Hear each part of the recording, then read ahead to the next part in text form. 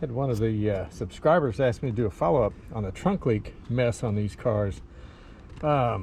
This one, I fixed the one leak, which was the guide pins for the taillights. But notice on here, this little gap right in here, this, well, you can see where I stuffed some new foam in here. This little foam piece in here deteriorates. Water drips down through here, and it gets in. It drips off of here. It's actually hiding inside of this. Oh, here's Mrs. Claus. She's going to inspect it. And it drips off of this thing, and it gets in the trunk. And of course, Mrs. Claus, can I move this? Let me lift this up, okay?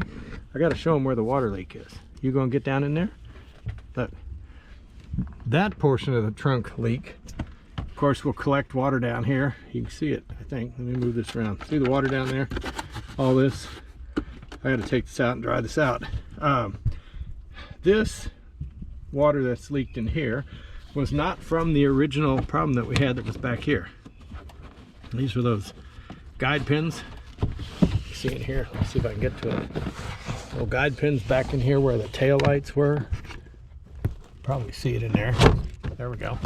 These guys that I've sealed with just RTV, it'll take care of it. And that's where the original leak was coming from.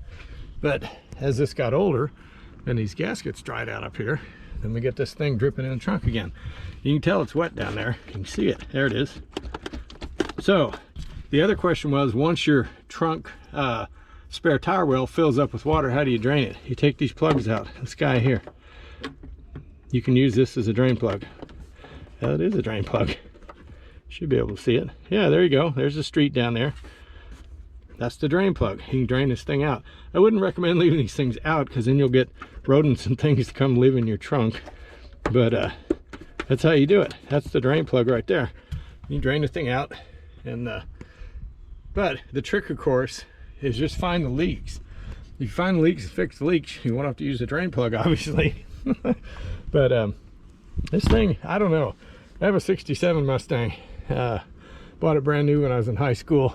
And it leaked, but it wasn't the trunk. It was very strange. It would only drip on the passenger's feet.